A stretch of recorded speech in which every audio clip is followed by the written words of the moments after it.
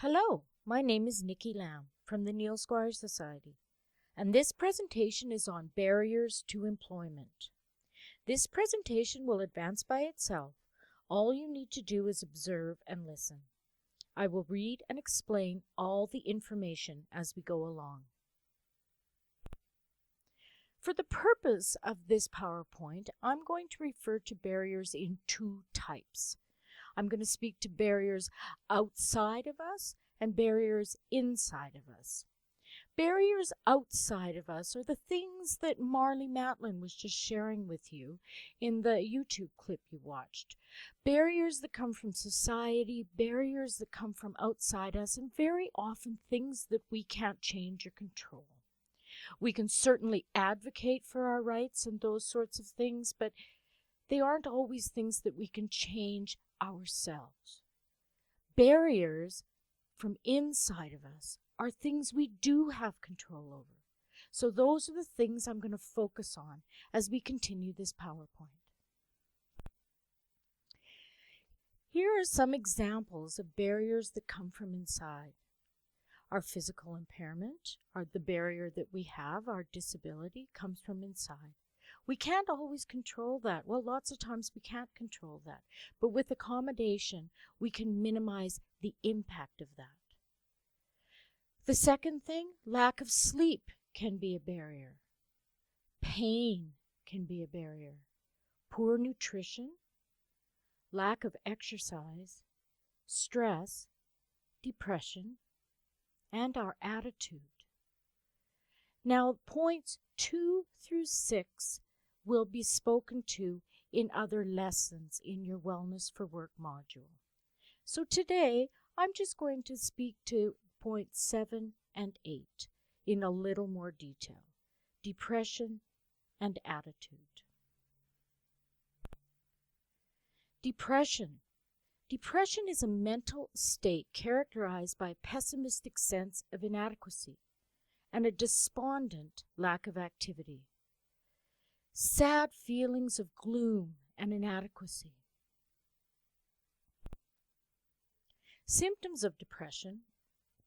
According to the DSM-4, and the DSM-4 is a manual that medical personnel use for diagnosis of mental illness. So according to the DSM-4, major depressive disorder or depression is diagnosed when 5 or more of the following symptoms of depression are present for most of the day, nearly every day, and for at least 2 weeks. At least one of the symptoms must be either persistent, sad, or empty feelings, or the loss of interest in activities. These are those symptoms of depression. As I go through these points, if you have 5 or more of these, I strongly recommend that you speak to your doctor. Constant sadness, irritability, hopelessness, trouble sleeping, low energy or fatigue, feeling worthless or guilty for no reason, significant weight change, that's gaining or losing weight, difficulty concentrating, and loss of interest in your favorite activities. Something that I want to speak to that does cause depression, and people are very surprised to hear this, but studies have shown this lately. Regular drinking changes the chemistry of the brain, and of particular relevance here, it depletes the levels of the neurotransmitter serotonin. Serotonin is a chemical in the brain, and it's the chemical that helps us to feel good. It carries the messages from cell to cell, so we know when things are good. And if we don't have enough serotonin, the messages aren't getting through our brain, and we will and can develop depression. Now, isn't this interesting? Regular drinking depletes serotonin, something we need to feel good. This is a brain chemical implicated in depression. This leads to the cyclical process of drinking to relieve depression, becoming more depressed as levels of serotonin become more depleted. thus needing more alcohol to medicate the depression. So alcohol consumption can cause depression and therefore can be a barrier to employment.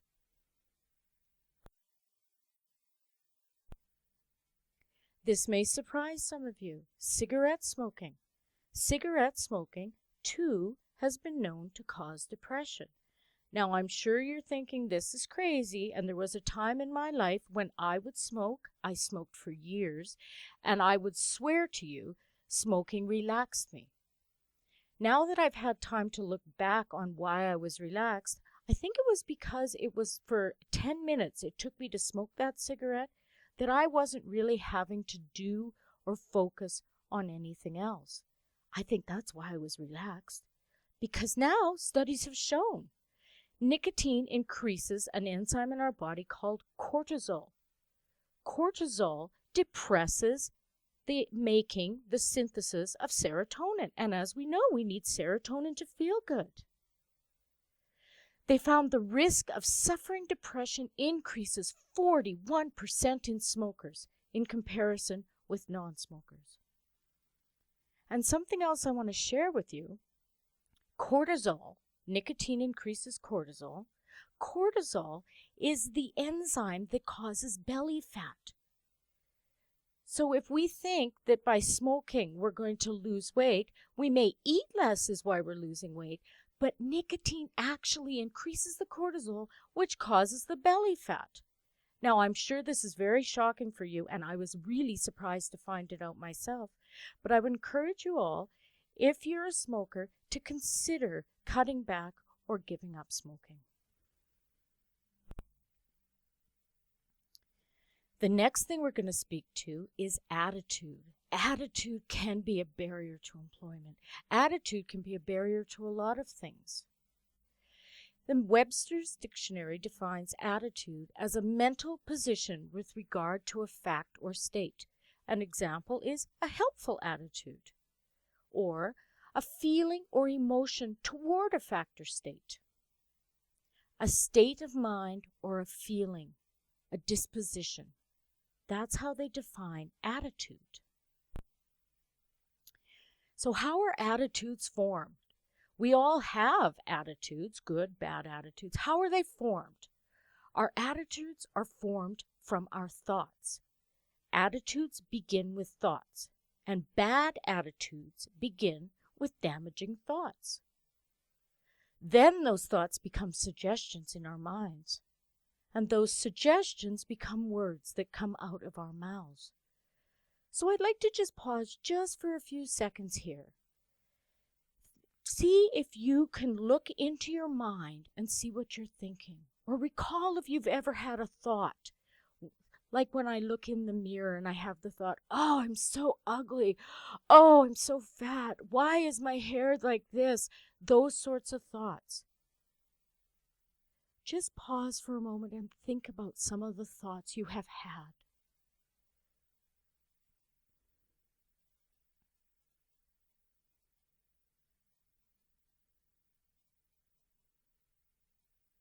Can you see how those thoughts could be turned to suggestions in our mind?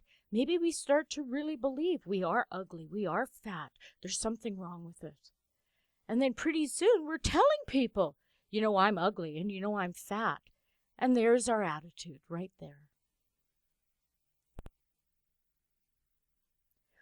Words and suggestions can and will determine your destiny. This is an age-old saying, and we actually have it on the wall of our employability classroom. Thoughts become words. Words become actions. Actions become habits. Habits become character.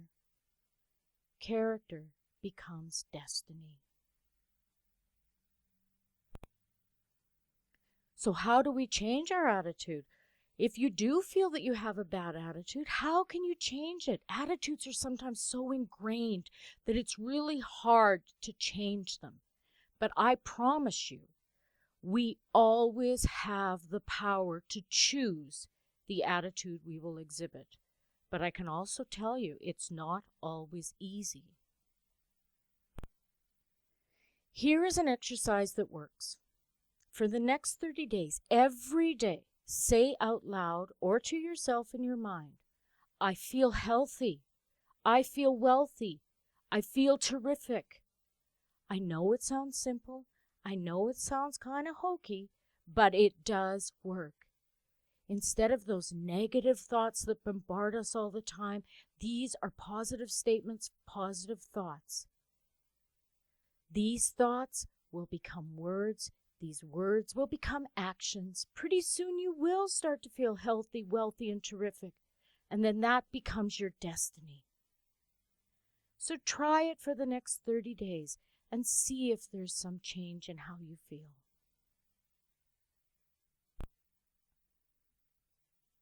And the last slide in this PowerPoint presentation is your quote. The minute you alter your perception of yourself and your future, both you and your future begin to change. By Marilee Zdenek. Now you're going to follow this PowerPoint presentation up with an exercise, and then you're going to watch another YouTube video. The YouTube video shows someone with the kind of attitude that I'm speaking about here, the attitude that can move mountains. So I'm hoping that you enjoy that. This concludes our PowerPoint presentation on barriers to employment. If you have any questions on this presentation, please do not hesitate to contact your assigned facilitator.